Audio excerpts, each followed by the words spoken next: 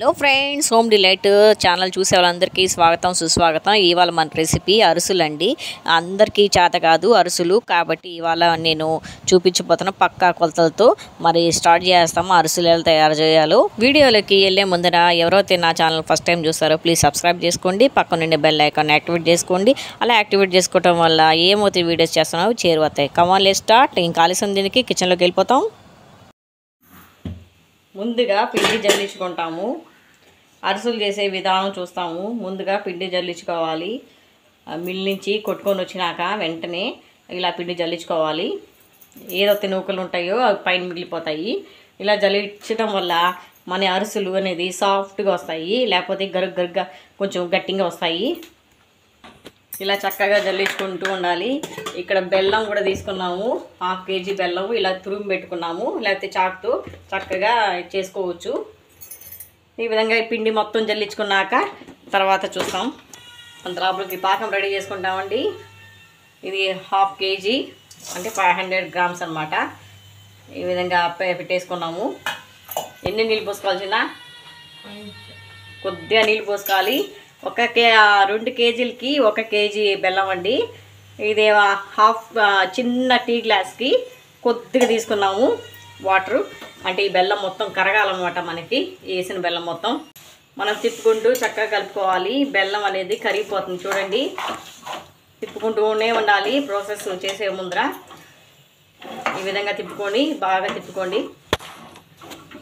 ఇక్కడ నేను గిన్నె మెజర్మెంట్ చెప్తున్నానండి.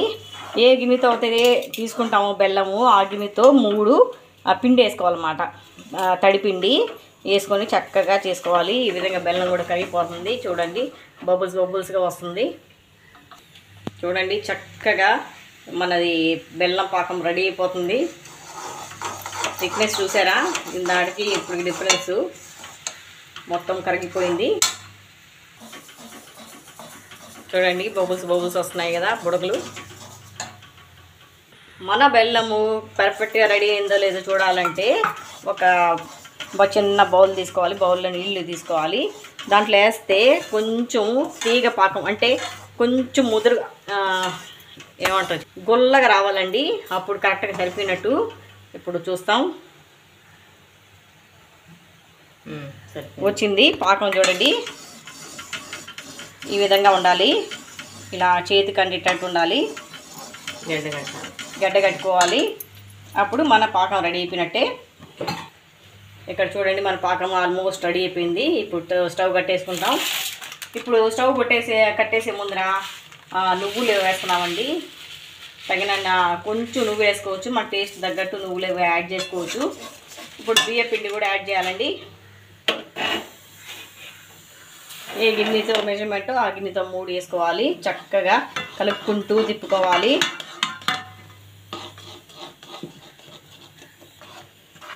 ఈ విధంగా తిప్పుకోండి.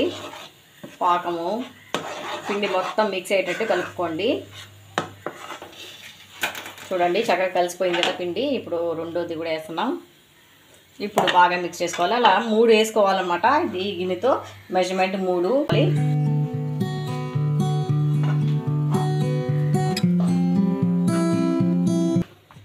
ఇప్పుడు 3వ జూడు కలిపేస్తున్నాం.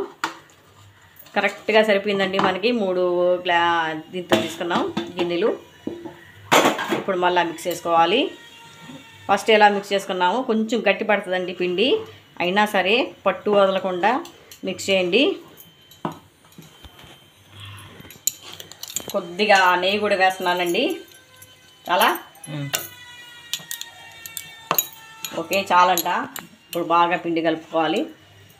ఉండలు లేకుండా కలుపుకోవద్దండి. ఉండలు అక్కడక్కడ పడుతూ ఉంటుంది కాబట్టి ఉండలు లేకుండా కలుపుకోవాలన్నమాట.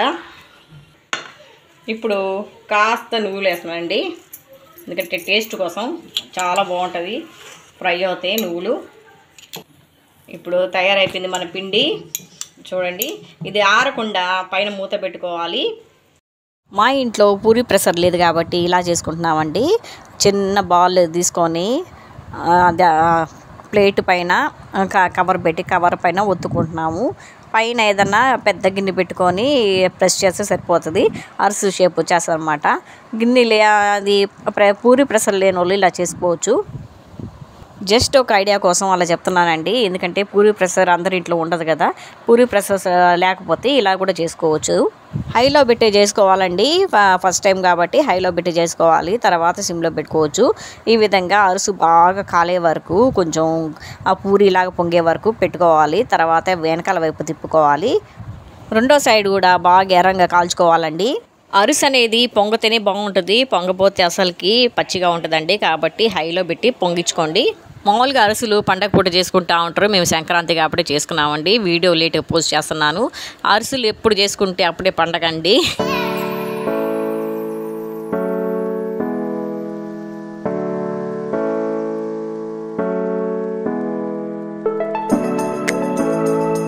చూసారా పొంగిపోయింది. ఇప్పుడు ప్లేట్ సాయంతో ఒత్తుతున్నాము. ఎందుకంటే అరిసి ఒత్తితేనే బాగుంటుందండి.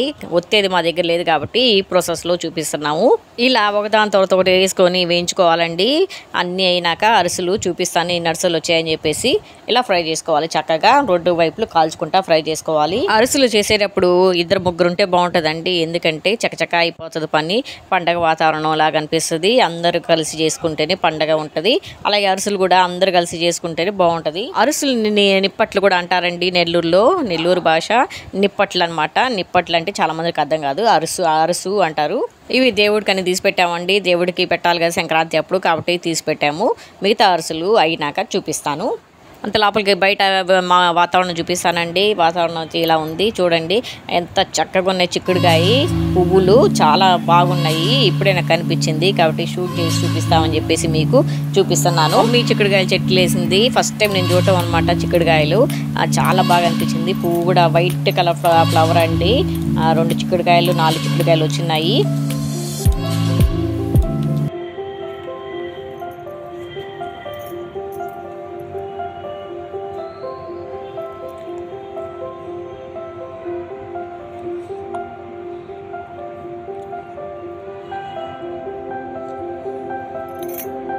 చూసారు కదా అరిసెలు చక్కగా తయారైపోయినాయండి. 50 వరకు వచ్చే అరిసెలు ఎంత చక్కగా మెత్తంగా వచ్చాయో చూపిస్తుంది దించి మరి చూసేయండి. ఇలా మీరు కూడా పక్కా కొలతలతో తయారు చేసుకోవచ్చండి.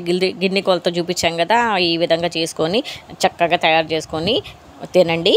ఎలా అనిపించింది ఈ వీడియో కానీ మీకు నచ్చినట్టుంటే లైక్ చేయండి, షేర్ చేయండి, సబ్స్క్రైబ్ చేయడం మర్చిపోకండి.